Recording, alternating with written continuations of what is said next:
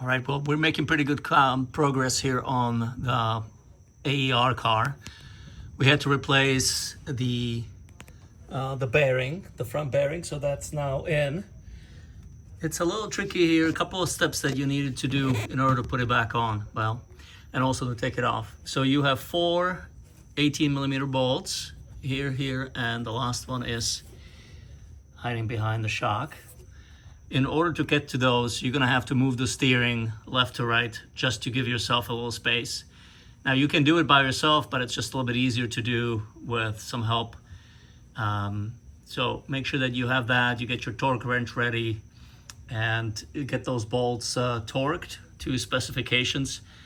The other really interesting thing is that if you try to you're gonna have to lower the whole knuckle in order to get to some of the bolts. And it's not enough to just loosen up this 18mm bolt.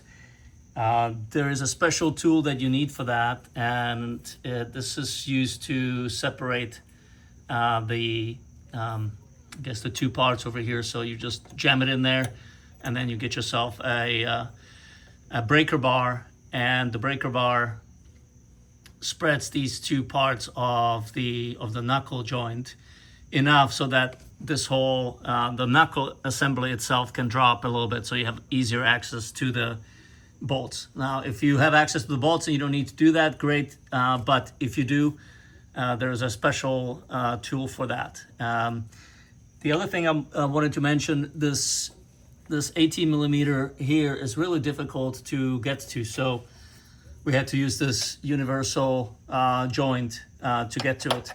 Without it, you wouldn't have been able to put on an 18mm socket, no matter how much you turn the wheel. So I hope that helps. If you have any questions, post it up in the comments.